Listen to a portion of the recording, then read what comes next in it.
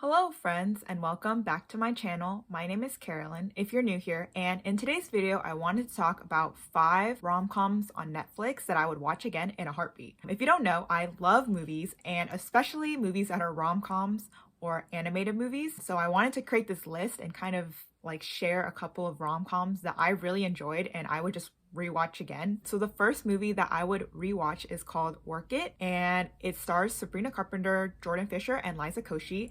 And basically Sabrina Carpenter plays a high schooler named Quinn, and she wants to get into Duke University, which is her late father's alma mater. So she's like really smart and she does a bunch of extracurriculars where she like volunteers at a nursing home. So she does really well in schools, but when she gets to like the admissions counselor, they're basically like, but you look like every other applicant, so how are you gonna stand out? But then like the admissions counselor is like, oh, aren't you part of that high school with that like cool dance team that's like really famous and well known around the country?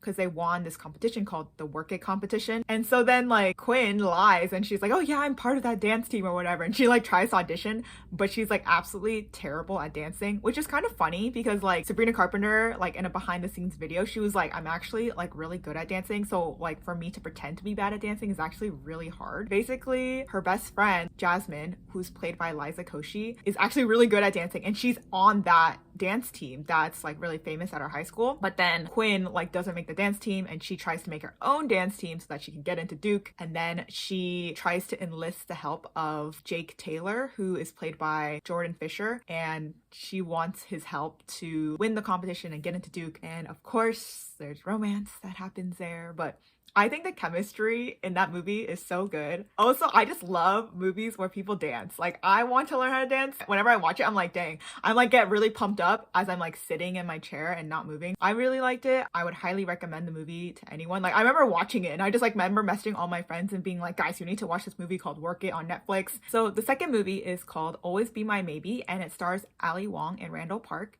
And basically, Ali Wong plays this character called Sasha Tran, and Randall Park plays this character called Marcus Kim.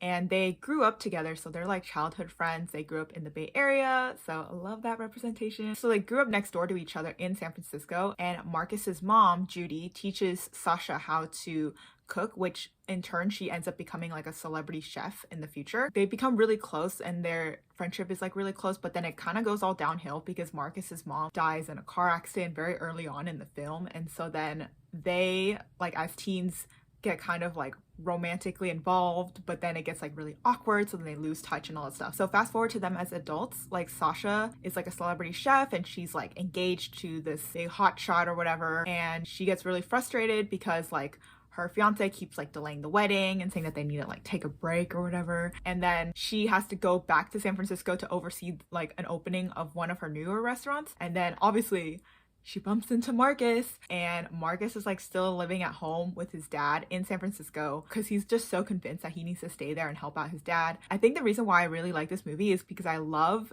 seeing Asian representation on the screen, especially the fact that there are two main characters. Like another one of my favorite movies is Crazy Rich Asians because there's just so many like Asian characters in that movie and so much representation, and I just love it. I also liked that it was set up in the Bay Area because I am from the Bay Area, and also the fact that Ali Wong plays such a like strong independent woman and like she's like worked her way up to like owning restaurants, being a celebrity chef. I just love seeing Asian women win in films because I think we need more of that. But moving on to the third Netflix film that I would recommend is called Set It Up, and it features Zoe Dutch, Glenn Powell, Lucy Liu, and Tay Diggs.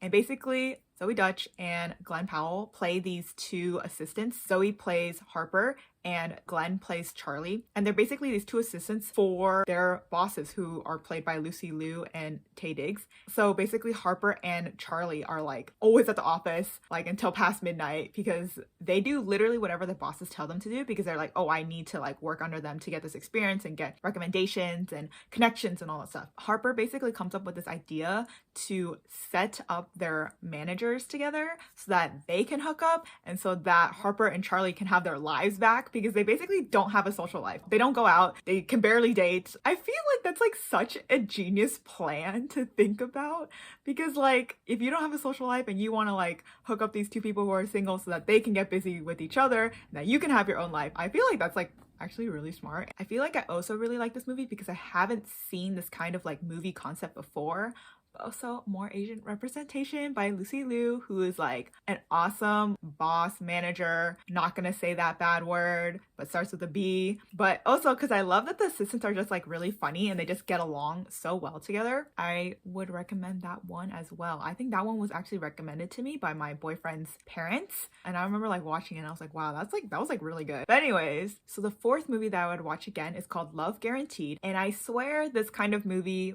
can only happen during this time period because it's basically about dating apps. And Love Guaranteed is a dating app where like you're supposed to find love guaranteed. Like that's like their whole slogan and everything. Nick, who is played by Damon Wayans Jr., he goes on 1,000 dates. Just register that in your mind for a second. 1,000 dates. That's so many. And he's still single. And so he's like, yep, I'm suing this dating company because I have not found love. And they said in like fine print or whatever that you can find someone within your first 1,000 days. He basically goes to this lawyer named Susan, who's played by Rachel Leigh Brooke. And she's like a mostly pro bono lawyer and she really needs the money. So she ends up taking his case and trying to like sue this dating company. And I'm just like, this is like so like funny because like modern dating now is like all on dating apps. I just think it's like funny because like it's like such an interesting concept. Like you're trying to sue a dating company because like you didn't fall in love because it's called Love Guaranteed. And I think that's crazy. Like the fact that he also went on like 1,000 dates and didn't get a single match, I would lose my mind. And he pays for every single one of the dates. So I'm just like, what the heck? This is crazy. It's just like too intense for me, to be honest. The last movie that I wanted to mention is this movie that I actually watched like pretty recently, maybe like back in December, and it's called Let It Snow. And it features a whole bunch of people, so I'm not gonna mention every single one. I did not know this until I was like looking it up, but apparently this movie is based on this book by John Green, and it's supposed to be like 3 romantic holiday stories in this small town. And pretty much there's one girl who ends up meeting like this up and coming pop star. There's 2 childhood friends who are, you know, secretly in love with each other, and then there's like one girl that like likes this other girl who is like not out of the closet yet. And I feel like it was nice because like it wasn't confusing to watch, in my opinion. I've watched this movie called Valentine's Day and they had so many like different love stories. I was like, who are they talking about again? It was just really confusing to me. So I just preferred that like this was like very like straightforward and not confusing, in my opinion. I also really liked that the way this movie was filmed, and also that the fact that there's LGBT plus representation. I would say overall it's like a pretty good holiday rom-com if you're looking for something to watch. And that's the end of my video, but if you liked this, please like this video if you're into that, and leave a comment down below letting me know which movie you're interested in watching or whether you've already watched some of these movies, and let me know what your favorite part of the movie is because I love talking about movies. And please subscribe if you haven't already. Ring the bell notification if you want to get notified of my future videos, and I'll see you in my next video. Bye guys!